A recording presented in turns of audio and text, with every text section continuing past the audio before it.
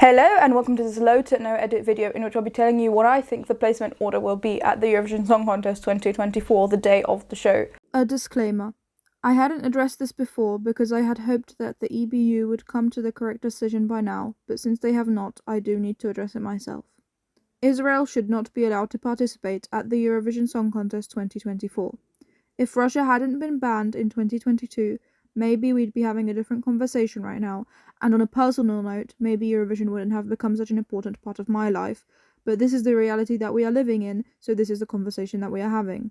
Regardless of what you think of the current atrocities happening in Gaza, intentionally cutting off other people's access to food, water, and electricity is abhorrent, not to mention the act of killing. If you think governments and broadcasters should be considered as separate entities, consider the situation with Russia again. There is a video explaining why Israel shouldn't be allowed to participate linked in the description, and the creator also calls to action about what you can do yourself. Please watch that video and do something. Further resources are also listed as and when they become relevant. I'll stop talking about this when it stops being relevant.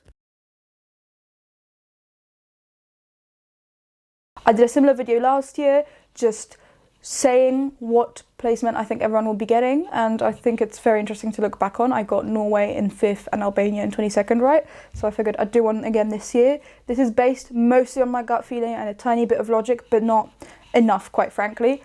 So let's get on with it. And in 26th spot, I unfortunately do have Germany. I can't put anyone else there, especially with the starting order being so early. I hope I'm wrong though. In the 25th spot, I've got Luxembourg.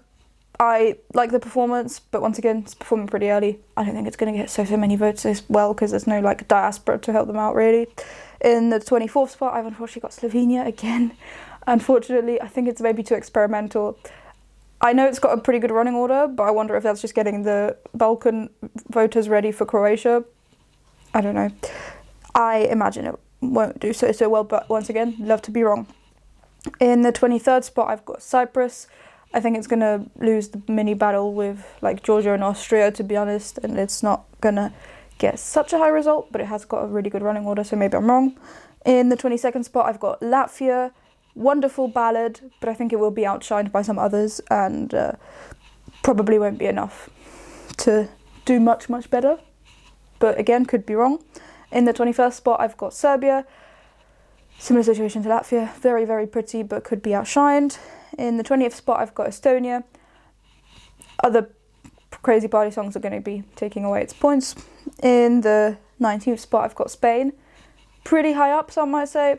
I think it's got really good potential because it's just so fun. In the 18th spot, I've got Greece. I think, yes, it's really cool, but the one shot isn't a complete one shot, and to me it fell a bit flat, to be honest. Still very impressive that they managed to do it, but I had even higher expectations. Maybe that's just me. And I don't think it will be as stomachable for casual viewers. In the 17th spot, I've got Austria. Will be a very fun party song, and closing out the show is really good for it, but I don't think it can do much better right now. In the 16th spot, I've got Armenia. Very fun party song that will absolutely get the crowd going. She's got great charisma with the camera, so I think it could do pretty well, but will still be outshined by some of the other crazier songs. Like, for example, in 15th spot, Finland. They're not very similar, to be honest, but they have that fun element, both of them, and I think Finland will be taking a few more points away from Armenia. In the 14th spot, I've got Portugal. I think this is the ballad that will do the best out of the very standard ballads that we've got. That won't be in the top 10, so I reckon it could get as high as 14th.